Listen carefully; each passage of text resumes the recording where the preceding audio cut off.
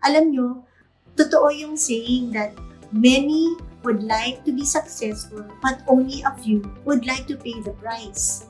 Let's practice delayed gratification. Kung hindi nyo pa kailangan, tiis muna konti. Hindi nyo pa afford eh.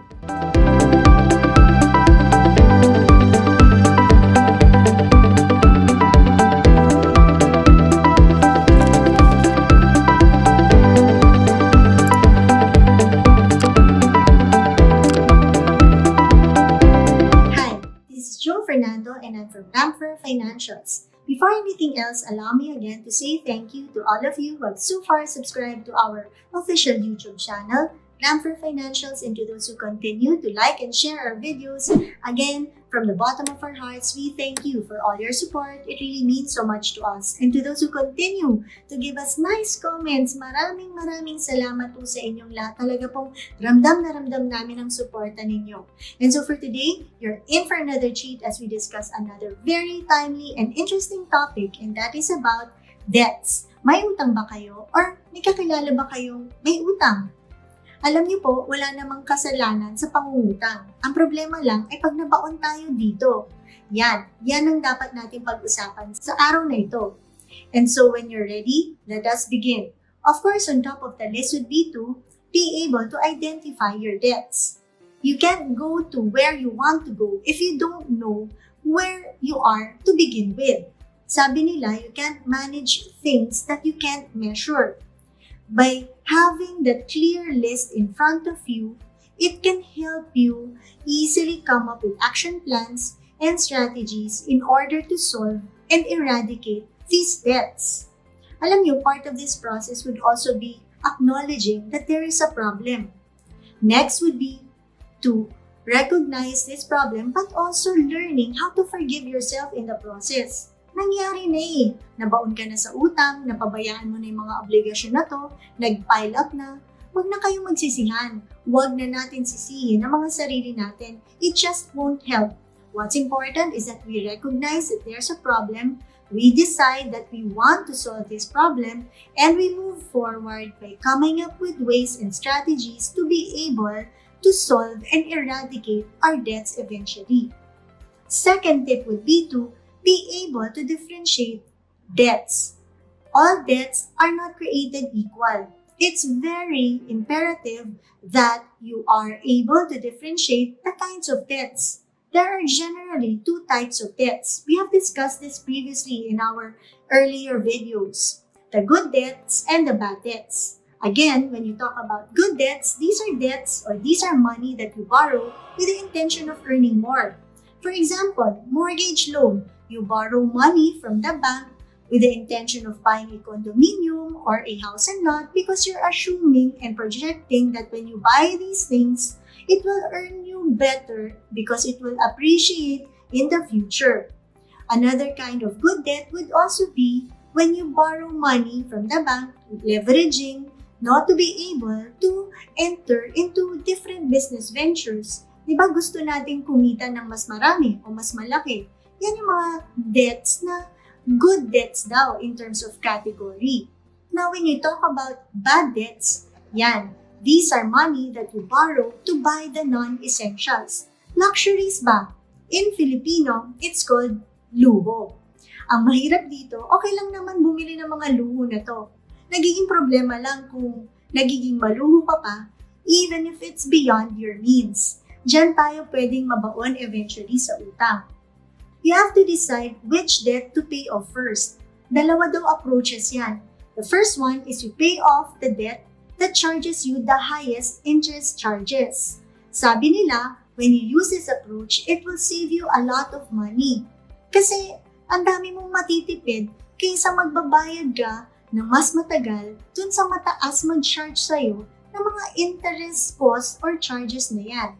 Second approach would be to be able to pay off the small debts first. When you do this, it will give you an additional boost and additional motivation to continue with the process. Kasi may small wins ka eh. There's a good sense of fulfillment every time you erase these debts from your list. Ang sarap kaya ng feeling na isa-isa, slowly, you get to tick them off your list. Diba? Nothing could be more fulfilling than seeing that your total amount of debt decreasing.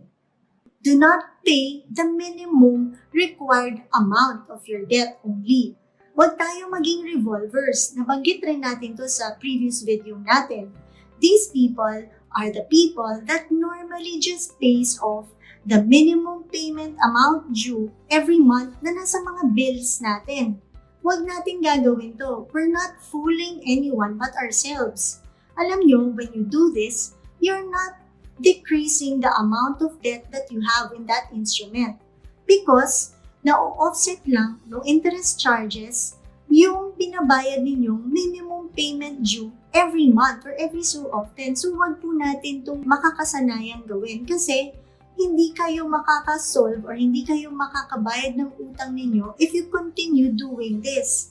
Kung meron kayong means, kung may pera naman po kayo, always make sure to pay a little bit, kahit konting additional lang over and beyond the minimum payment amount due. That can help you lessen your loan amount eventually. Kasi kaysa yung binabayaran nyo lang yung minimum payment due every month, walang nangyayari doon. Parang in a way, no? Parang nagtatapon lang tayo ng pera. Kasi again, na-offset lang rin siya nung pag nabangga na ito, nung interest cost naman na binabayaran rin natin. So, kailangan bayaran natin kahit papano, mas pasobrahan natin ng konti yung pagbayad natin dun sa minimum payment amount due para lumiit rin naman po ang amount ng debt natin sa instrument na yon. It digs you into a hole as interest will offset these payments. Third tip would be to make a debt tracker. Either through Google, Excel, no? Indicate on that list yung creditor, yung name of the loan, amount of the loan, yung interest charge per loan, yung term na kung kailan kailangan bayaran na yung loan na yon. Kailangan all of these details are placed or indicated in that debt tracker. Alam nyo, pag nagkaroon kayo ng debt tracker, it's going to be a lot easier for you to monitor your debts. Makikita nyo rin yung progreso ninyo sa pagbabayad ng lahat ng mga utang na to. It will also help you continue making that small wins, no, in this tedious process. Let's also try to automate our debts, ika nga. Ang daming ways niyan. Kung may utang ka sa kaibigan mo, give them post-dated checks na. Kasi pag may post-dated checks ka na, hindi ka na mahihirapang mag-decide kung mabayaran ko ba siya this month, next month na lang, o next year na lang. Kasi forced ka na na pupondohan mo na dapat yung bank account mo kasi nasa kanya na yung mga cheque. So in the process, forced ka nang isettle yung payment mo sa kanya for the month. You can also automate your debts through the automatic debit facilities in the banks. May mga ganyan po Kailangan nyo lang pong i-enroll sa mga billers ninyo para automatically, every month or every so often, directly nakakaltas na po ito, nade-debit na po ito sa inyong bank account para mabayaran yung mga pinagkakautangan natin. Fourth tip would be to remove obstacles and temptations. Kung kinakailangan po natin magkaroon ng credit card, sana ma-maintain natin na isang credit card lang ang i-enrollan natin. Pero kung sa tingin natin hindi sasapat ang isang credit card and we want to have a better cash flow, ika nga, pwedeng up to a maximum, 2 credit card lang ang i-maintain natin. Pero yun nga there's a danger in maintaining 1, 2, or 3 or more cards altogether. Again, ang lakas ng temptation gamitin. Tandaan nyo, ang credit card, hindi po ninyo pera yan. Pero many times, we act as if pera na po natin yan. Kaya sige lang tayo sa pag-swipe ng mga credit cards na to. One way also of trying to avoid these temptations is hide your cards. Alam nyo, pag hindi nyo nakikita, di ba, mas hindi kayo matitempt gamitin ng mga to. Another way is for you to not download these online shopping apps. Ano yun? Mga Shopee, Lazada, Amazon, at kung ano-ano pa. Diba? Again, kung wala kayong access sa mga apps na to, less ang temptation. Hindi kayo matitempt sa napakagandang dress, napakagandang baking tool, or napakagandang sapatos, no?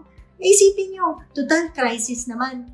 What do you need those for? Wala naman kayong pupormahan sa bahay, di ba? So, hanggat maaari, avoid these apps or avoid accessing these apps.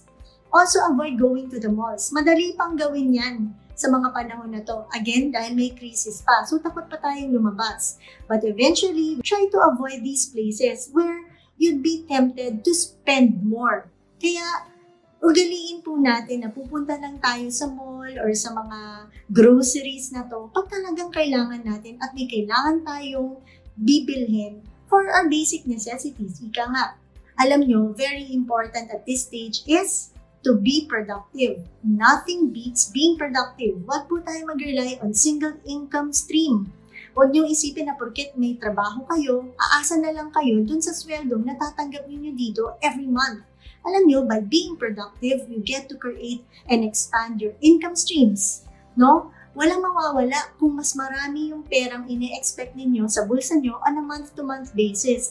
This can also help you avoid temptations. Paano kang matitempt mag-shopping? Paano kang matitempt i-swipe ang mga credit cards niyan kung sobrang busy sa iba't ibang klaseng rackets? Sabi nga po ni Mr. Noel Arandilla of the International Marketing Group and ni Mr. Rex Mendoza of Rampver Financials, what do you do on your spare time? Do you spend money or do you earn money?